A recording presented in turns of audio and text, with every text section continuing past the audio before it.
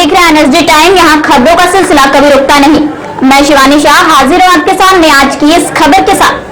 बलिया के स्नातकोत्तर महाविद्यालय रक्षा के सभागार में रामनवमी के पावन पर्व पर महाविद्यालय का 10वीं दीक्षांत समारोह का आयोजन किया गया, जिसमें 13 स्वर्ण पदक सहित कुल 477 स्नातकों को उपाधियां प्रदान की गई। इस अवसर पर समारोह के मुख्य अतिथि केंद्रीय विश्वविद्यालय गया बिहार के प्रोफेसर कामेश्वर नाथ सिंह ने अपने संबोधन में कहा कि शिक्षा एक विशिष्ट उपहार है। अध्योपरांत समाज में किस प्रकार रहना है, व्यवहार करना है तथा समाज और राष्ट्र के प्रति दायित्व कराने वाला यह उपदेश है।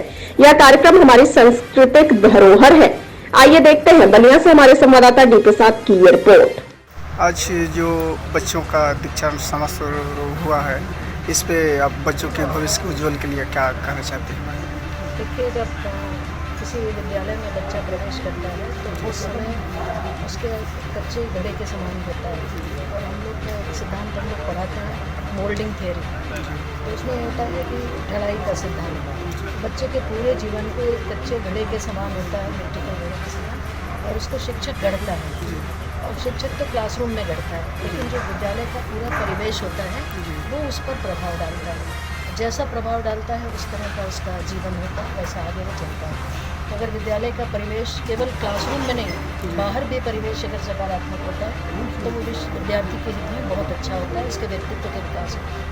और शिक्षा केवल डिग्री प्राप्त करना नहीं है, व्यक्तित्व को विकसित करना है। इस दृष्टि से इस महाविद्यालय में वो सब कुछ हो रहा है जो बालक के व्यक्तित्व के विकास के लिए अत्यंत आवश्यक है। यहाँ पर बुक्स की भी बात की जा रही है, फंडामेंटल ड्यूटीज़ का लगा हुआ है। अगर हम विवेकानंद की प्रतिमा को लगाते हैं और उन्हें प्रणाम करना सिखाते हैं तो बच्चा विवेकानंद के बारे में उत्सुक होगा और उनके साहित्य को पढ़ेगा।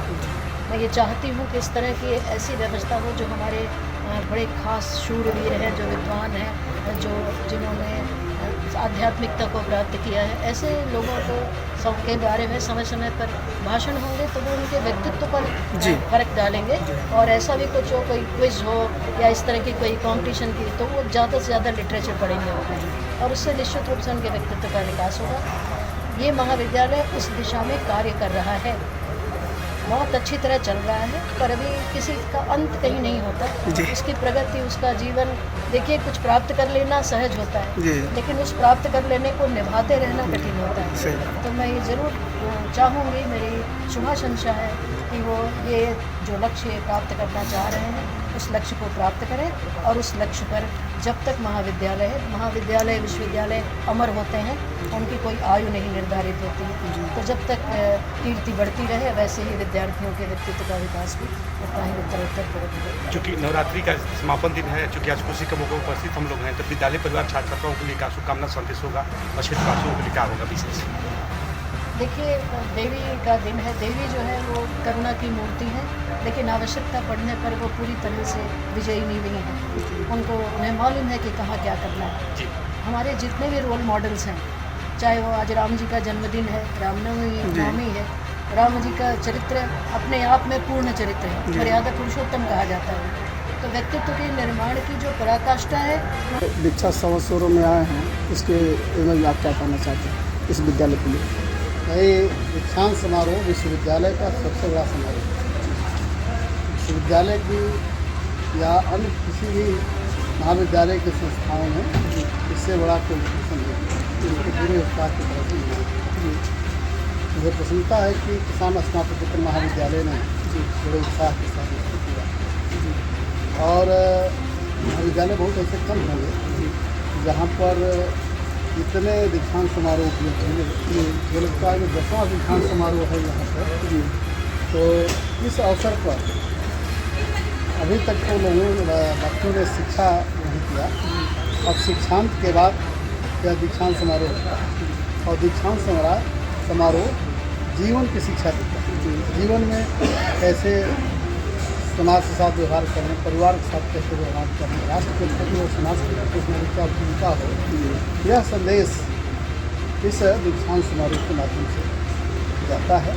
ये दीक्षांत समारोह के जो उद्देश्य होते हैं वह केवल व्याख्यान मात्र नहीं होते हैं, बल्कि वो जीवन में अंगीकार करने का विषय होता है। बच्चों को भविष्य के लिए क्या कुछ कहना समारोह में क्या अवसर पे क्या कुछ कहना चाहेंगे सर आप? भाई यहाँ से जो कुछ भी सीख करके जा रहे हैं, जो भी शिक्षा ग्रहण करके जा रहे हैं, उसको इसका अपने व्यवहारिक जीवन में, अपनी दैनिक समस्याओं के समाधान में इसका उपयोग करें, तभी शिक्षा का लक्ष्य है पूरा।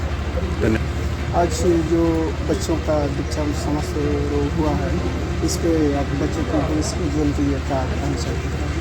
देखिए, जब किसी विद्यालय में बच्चा प्रवेश करता है तो उसमें उसके बच्चे घड़े के समान होता है। तो हम लोग सिद्धांत हम लोग पढ़ाते हैं मोल्डिंग थियरी, तो उसमें होता है कि ढलाई का सिद्धांत बच्चे के पूरे जीवन को एक बच्चे घड़े के समान होता है, मोटे के घड़े के समान, और उसको शिक्षक गढ़ता है। कि हम इस शिक्षा तरीक आए हैं, हाँ, आप हमको ऐसे ताकत दीजिए, ऐसे मुझे सामर्थ्य दीजिए जिससे मेरा जीवन सफल हो सके, मैं दूसरों के लिए अपने जीवन को समर्पित कर सकूं। जीवन में तब यह नहीं था कि इतने बड़े हमको ऐसा नौकरी दे देना कि बहुत बड़ी पैकेज वाली मिल जाए, बहुत बड़ा पैसे वाला मिल जाए। जीवन दृष्टि तो आपको हर व्यक्ति को जीवन में एक जीवन दृष्टि रखना चाहिए कि हम जीते किस बात के लिए। और एक बात हमेशा याद रखें, जो केवल अपने पेट और अपने परिवार के लिए जीता है, दुनिया उसके लिए भुला देती है। दुनिया उसी को याद रखती है जो समाज और देश के लिए। आप यहाँ से जा रहे हैं, समाज में भगवान ने यदि जीवन में हमको सक्षम और दक्ष बनाया, भगवान ने हमको यदि सामर्थ्य दिया, तो हम अपने सामर्थ्य का, हम अपने संसाधन का उपयोग इस समाज के हित में करेंगे, इस राष्ट्र के हित में करेंगे। और यदि आपने इसको पूरा कर दिया कि यही जीवन का यथार्थ है और यही समर्पणता है, तो कुछ न कुछ यहाँ से संकल्प लेकर के जाइए। ठीक है, अपना कैरियर डेवलप करिए। Career development must, but career development not for myself, not for my family only, but career development for the society, career development for the nation. हमारा कैरियर केवल हमारे लिए नहीं, हमारे परिवार के लिए नहीं, हमारे पेट के लिए नहीं, बल्कि हमारा कैरियर इस समाज के काम में आए, इस देश के काम में आए। या कर दिया, यही हम समय से काम करना, समय से भोजन करना, रीजन और सीजन के अनुसार भोजन करना।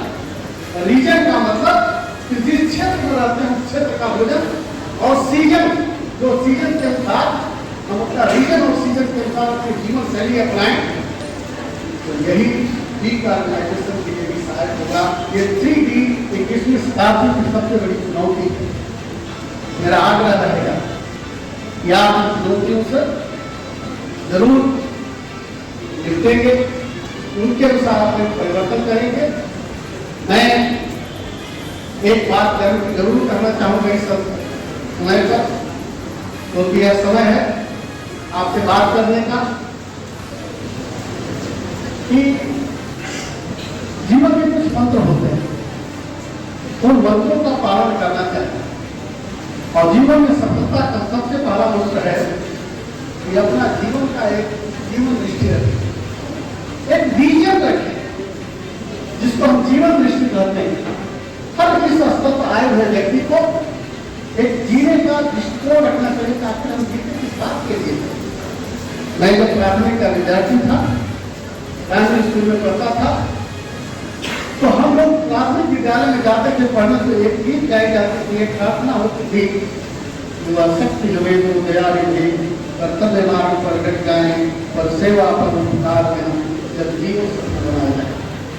वह प्रार्थना हमेशा keep your expectations always high, अपनी आकांक्षाएं और अपनी सोच हमेशा ऊंचा रखें कि हमको जीवन में कुछ करना है, ऐसा करना है।